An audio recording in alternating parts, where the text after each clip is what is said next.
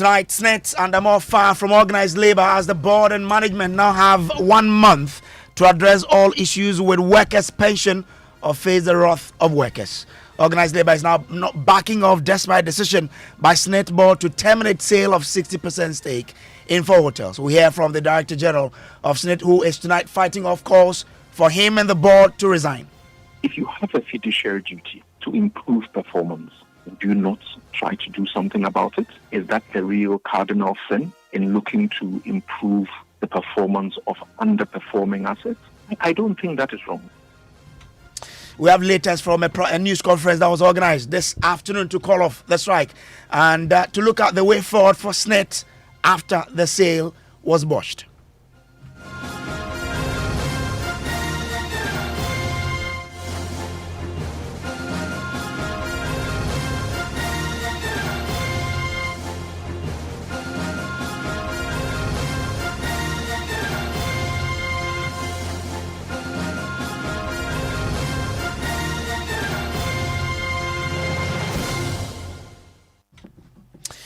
And top story is always brought to you by Telecel, connecting energies. My name is Samuel Kojo Brace. Now, the board and management of the Social Security and National Insurance Trust, SSNIT, are tonight under fresh fire from organized labor following the botched sale of 4 top hotels, including Labadi Beach Resort, to Agric Minister Brian Achampo's company. Tonight, organized labor has issued a staying 1-month ultimatum to SSNIT to engage it over all issues relating to the management of workers' pension, despite eating humble pie and retracting their earlier decision to divest 60% of their stake in the 4 hotels to private entity Rock City Hotel, owned by Greek Minister Brian Achampo. The board and management of SSNIT have come under intense pressure from labor.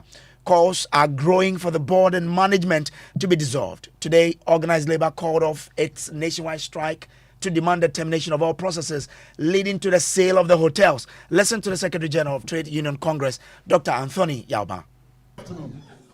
On behalf of the leadership of organized labor, I would like to welcome all our sisters and brothers from the press. On Friday, the 12th of July 2024, organized labor called on all workers to join an indefinite strike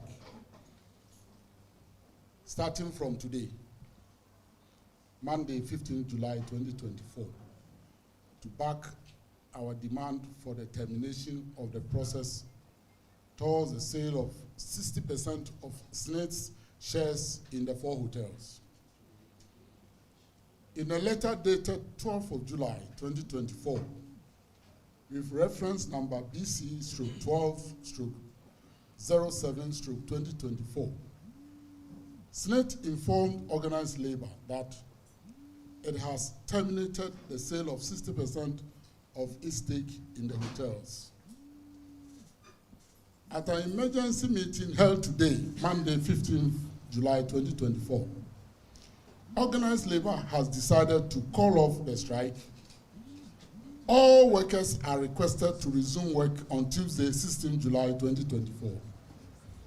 We are giving SSNIT 1 month to engage organized labor to address all outstanding issues related to the management of our pensions. Otherwise, we will advise ourselves. We thank all the working people of Ghana and all organized labor groups for their support. Solidarity forever. Thank you very much. So that was the Secretary General of the Trade Union Congress, Dr. Anthony Yauba. My colleague Kenneth Jesse was at a news conference and joins me in studio with more. Ken, you sought to find out why the late call off. What did they tell you? Well, as you rightly mentioned, yes, that's what I sought to find out, and they did tell me that they wanted to call it off the moment SSNIT released that statement that they are discontinuing with the sale of the hotels. Okay. But that statement was not signed by the board chairperson, Elizabeth Ohene. It is one of the reasons why they decided not to immediately call it off. They had to engage SSNIT to see why it wasn't signed, and later a new statement came out which was signed. So these were the reasons that were given to me by TUC's General Secretary. We could have done that, but the first statement that came from SSNIT was not signed, if you checked. So we insisted that the statement must be signed. So in addition to the chairperson of SSNIT board signing the statement, they also wrote a letter to us. And that is what for us was important. And that letter came only on Saturday. So the only day that we could have called the meeting was Sunday. And as you can imagine, that was difficult. So we met today, first thing, to call off the strike. And the reason we want our members to go back to work tomorrow is because we have some employers who may punish some of our members if we say they should go back immediately and they don't go. And it's already almost midday or past midday. So that was why we said, so yes, you are right. If it had happened in the course of the week, we could have immediately called off the strike. But it happened during the weekend, and all our conditions were met on Saturday. I sat in my office the whole day, and SSNIT managed to get me to serve the letter on me. So with that, we think in good faith, we should also call off the strike. Well, now, there were other outstanding issues that you wanted to get some clearance to. Well, yes, that's true. The other issue was the insistence of UTAG to not call off the strike until the board members of SSNIT resigned. Well, organized labor says that UTAG are actually not the only union that wants a dissolution of the entire SSNIT board. A number of our members think that the board members and also the Director General and some management members must go. If you have read our statement, we are asking for some engagement with SSNIT board, and we've given them 1 month to initiate that engagement. We are hoping to bring this on board to have a discussion. We will not just rest there. Depending on what comes out from our engagement with SSNIT board, we'll go back and meet the president again. We met him on this matter. He referred the thing to SSNIT board. SSNIT board didn't act as we expected. We nearly took this action. And now SSNIT board has listened to it. So we will continue to engage them. We are not, as some people are saying, we are not bloodthirsty. We are a responsible trade union movement. And so we know that the only country we have is this country. And we will work with all those concerned to make sure we resolve some of these issues amicably.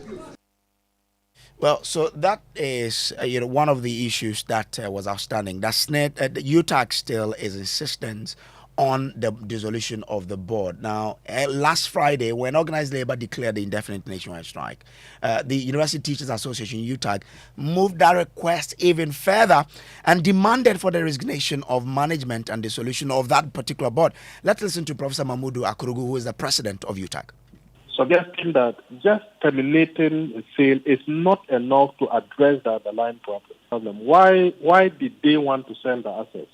We are told that the assets were non-performing. How does the termination solve the non-performance problem? So we need to go beyond the termination to look at the issue of non-performance and how to turn things around.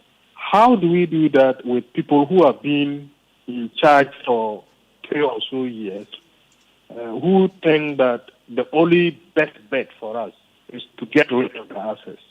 How can we have a meaningful conversation on the alternatives with this group of people again? It's not going to work. And so to make progress, we believe that it's better they step aside and allow a new group of people that can, engineer and be more open to conversations on other alternatives than just selling the assets.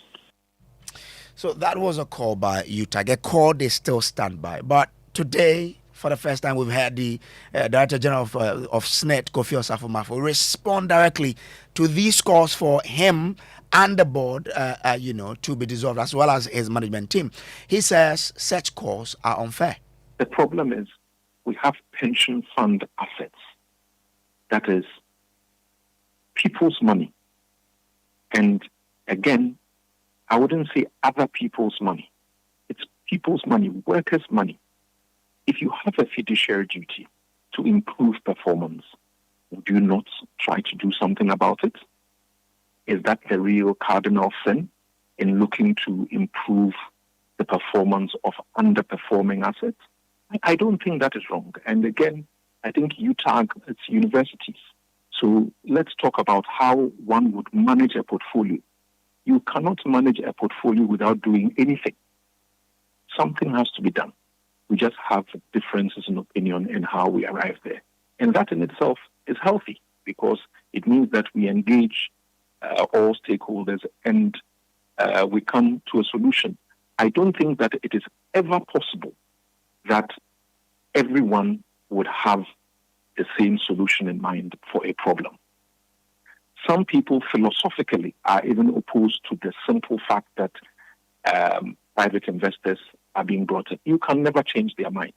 Again, when we look at that and we look at the operational improvements that have been brought in, benefits processing times at about a third of what they are, the efficiency of the SSNIT operations being much better.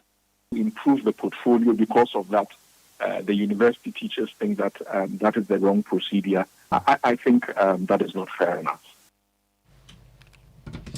Well, so that's Kofi Osafo for there. Now, he tells Joy News he will engage all interested parties on the best way to sell off such assets.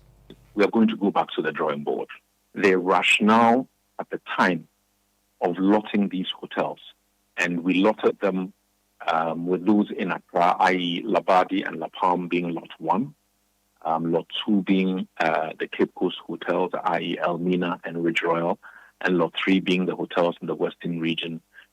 We've come to this point. We will go back and re-examine it.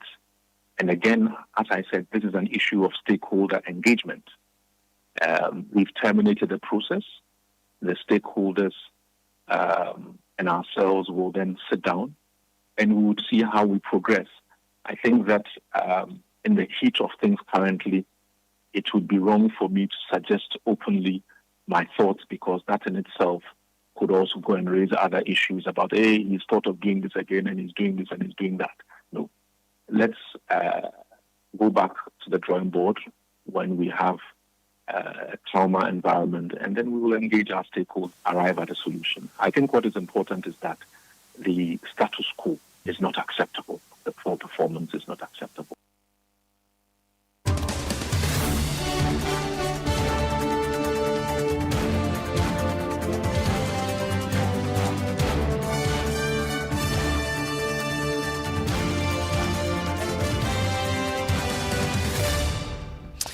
Well, top story, as always, is brought to you by Telecel, connecting energies and holy insecticide spray and coil.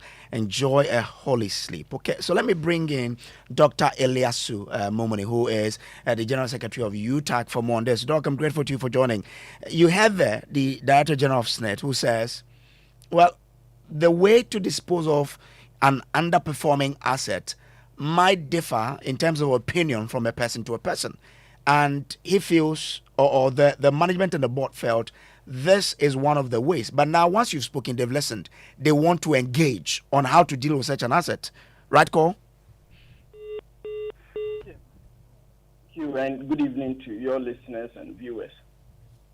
Yep, we've listened to the Director General, and as part of the broader organized labor, we've also heard what our leaders really have communicated to Ghanaians.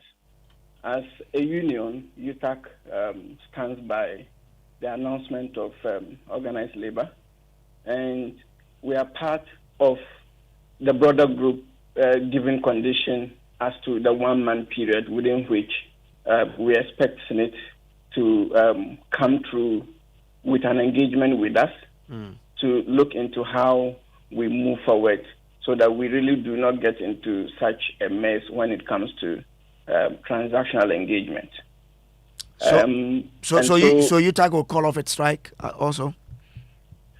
Yes, so for us, we, like I mentioned, we are we go by what organized labor is saying. However, definitely we'll have to engage our local membership across all the 15 campuses to engage with them with the broader position of organized labor. However, our earlier position has basically been about how, management of SSNIT as well as the board, taking Ghanaians through these processes that actually resulted in us all crying for a termination of this whole process. And so we believe that we still have to engage our members and to look into whether or not we can. Earlier, we didn't really call for a strike. In our process, we started the process, and starting the process meant that we'll have to go to our membership to ask whether or not we should go on strike. And that was the reason why, though we solidarized with the broader labor unions, we really couldn't because of the constitutional hurdles that we needed to cross. And so we will do that immediately and then get back to the media regarding the final decision we've taken. But we are within the conditions given by organized labor to SSNIT, that within a month, the expectation is that SSNIT should avail itself in consultation with organized labor so as to discuss issues pertaining to the operations and management of our funds with SSNIT. So am I getting the right understanding that tomorrow UTAG members will still be on strike? So not at all. We wouldn't. We wouldn't. You'll be in the classrooms. Yes, so we wouldn't be on strike tomorrow. However, because these reliefs are conditional relative to just 30 days, our members will just be on the brink, conditional to our leaders being engaged regarding the operations and management of SSNIT. So back to my question about the thought by the Director General of SSNIT that we will now sit down with stakeholders to engage on the way forward on these assets that quote are underperforming. Yes, so it's a good call, and we are ready. Dealing with non-performing assets of any organization comes with different alternatives and different choices. What is considered to be a bad transaction was the timing and the engagement of politically exposed actors, and then also the economic condition, as well as, because historically any other person who is interested in SSNIT affairs knows that SSNIT has been having, financial challenges over a period, and those ones have largely been on non-performing assets, as well as debt being owed to SSNIT. These interested parties all know. However, because these entities are, public-driven, oftentimes when any transaction is to be entered into, the broader consultation is key so that you take, the stakeholders along. Oftentimes, it doesn't really end in controversies when actors involved are widely consulted and a decision is made out of that. It is only when things like this happen without these broader consultation, that is where eyebrows are always raised. Okay. And so engagement with us is welcomed, and we are ready to also offer quite a number of alternatives, not to say that we want stakeholders to be at the forefront of running the operations and day-to-day activities of SSNIT, not at all. But when it comes to these things, that in our attempt to provide a permanent solution to dealing with SSNIT and its challenges, we should be interested in, once in a while, being engaged to support the process. Dr. Elias, I'm grateful. Stay with me. Let me bring in Austin Game, who is a labor consultant. I'm grateful to you, Austin, for joining us. Okay, let me still stay with you, Dr. Elias Mumuni. So for you, what would make you agree to a sell-off of the assets that SSNIT's management says are underperforming? Because if you had him there, said these assets are underperforming, you have to look at how to deal with them. What will make you agree to selling off? Or if you don't, what will be your proposal as to how you can revive such assets? Hello, Dr. Mumuni, I'm still with you. Sorry. Okay. Yeah. So I wanted to find out from you, what will make UTAG buy into the disposing of such assets, or what do you think will be the best way to revive such assets that SSNIT says are underperforming?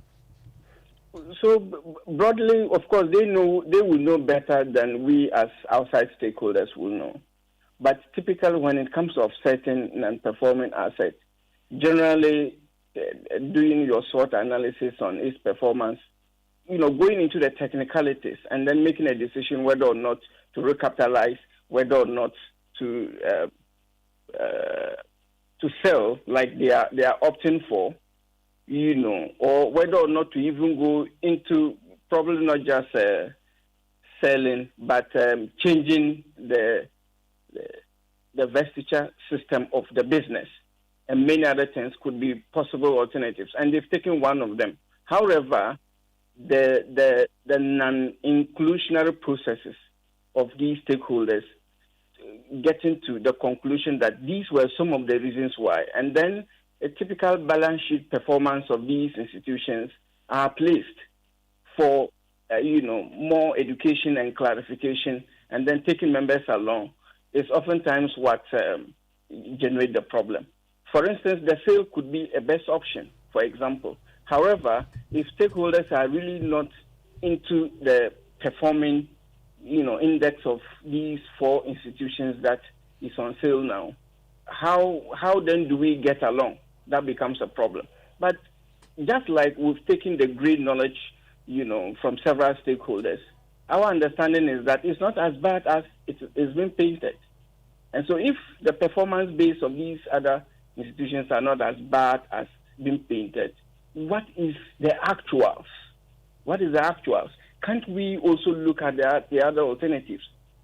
The recapitalization, changing many other business operational ideas of these organizations to still make sure that government still own the percentage of these organizations, other than just giving it out to the private sector. Again, if we are giving it to the private sector, considering how polarized our system is and the timing of it, how then do we manage the system and the processes so that even if these politically exposed groups and individuals are the best people to manage, how do you then take the people along so that bipartisan posturing can be dealt with? And so we have quite a lot of alternatives, such that the required experts who are vested, in these areas can really support when it comes to multi-perspectives. But if you listen closely to SSNIT, it looks as though the recapitalization that you speak of, they've done it over some time, and they feel that, well, we cannot continue putting money into such ventures. We have to dispose them off. Very true. And that is why the other stakeholders are also saying that, to the extent that even these other 4 institutions are even performing better than other existing, projects that is still not on the table for sale, then oftentimes the question is, why these other ones, when it's even perform better than other invested areas? But for us, we are not interested in asking these critical questions when we really don't have much access to the books. But then to say that, let's engage to buy our trust, not just buying our trust, because you see, at the end of the day, institutions such as SSNIT is managed largely based on trust, the confidence that the public have in. It gives a lot of boost and motivation to the general workers. Okay. So the responsibility of management to always make sure the trust of the Ghanaian worker in their affairs and then the day-to-day management of SSNIT is key. Okay. Now, you're also giving, 30 days to SSNIT to try and resolve all other issues concerning, workers' pensions. What are these issues that you expect SSNIT to address within 30 days? So many. When you read about SSNIT, the general challenges we always had to do with the various investments SSNIT is having interest in. And so we may have to have a holistic and a broader review of most of these other investments that SSNIT, is having challenges with. It's not just only this 4, several. Okay. So that at the end of the day, if tomorrow any of it is on the table, either for restructuring or for sale, Okay. it doesn't raise these type of eyebrows as we are having currently. Grateful. Let me bring in now Adefio Secha, who's in charge of PR and campaign at the Trades Union Congress. Now, I'm grateful to you for joining. What are the things because you say SSNIT should address all other issues with pension, with workers' pension. What are these issues that you expect, SSNIT to address within 30 days? I think one of the immediate ones that comes to mind is the way we retire and how we retire. We retire with peanuts. People actually dedicate their lives to serve this country, and they go home sometimes on a monthly pension of 300 Ghana cedi in this day and age today. That's one of the main things we want to look at. We want to also talk about the whole of the structure of SSNIT. I think, and that's very personal to me, not necessarily having a number of people, but then the structure of the SSNIT governing board should change, and then we are also looking at so many other issues, so very many of them which came up in our meeting. The reason we focused on the strike, was that we didn't want the issues diluted, so we wanted to focus on the strike first to stop this, to abrogate, to stop the sale of the hotels, and then we could raise all the other issues and talk. So there are 1,001 issues. Workers must actually benefit from their pensions when they're going home. That's the one main issue, So for workers, these are some of the main issues. There are 1,001. I can't, off the top of my head, remember everything. But there are 1,000. And for me, SSNIT have been this way for a long time. Things have to change. Workers must benefit from their toil. And even the 766, if we're looking at suggesting a restructuring, then this 7666 also needs to be looked at. But again, on the same SSNIT board, you have representation on the board. We do, absolutely. So we do. In terms of restructuring, what must be done to ensure that, you don't get the same people going there and keeping you in the dark? What should be the focus in the restructuring process? These people never kept us in the dark. And I think that when anybody suggests that, it's very wrong. They never kept us in the dark. But this is a boardroom, a conversation in a boardroom. You only bring a report to the larger constituency that sends you onto the board. It gets to a point that because these are issues, and in fact, if you check from our records, our research department has done a lot of work, and we have consistently raised these issues. Things have come to a head today. I think that we need to take advantage of this, and for our own good as Ghanaian people, working people, let's suggest these and propose these restructuring so that we can all have our peace of mind and retire, gracefully. Okay, so between the restructuring and, the conditions, where do we start from? Well, we have a law, don't we? So far, organized labor is saying that, it's putting a committee together. So let's see, in the short term, they put a committee together. The issues are picked up by the committee, and then we'll see our way forward. Now, Adefio Secha, I'm grateful to you for joining us. She is in charge of PR and campaign at the TUC. This has been Top Story, brought to you by Telecel, Connecting Energies and Holy Insecticides, Spray and Coil. Enjoy a holy sleep. My name is Samuel Brace. Up next is News 9.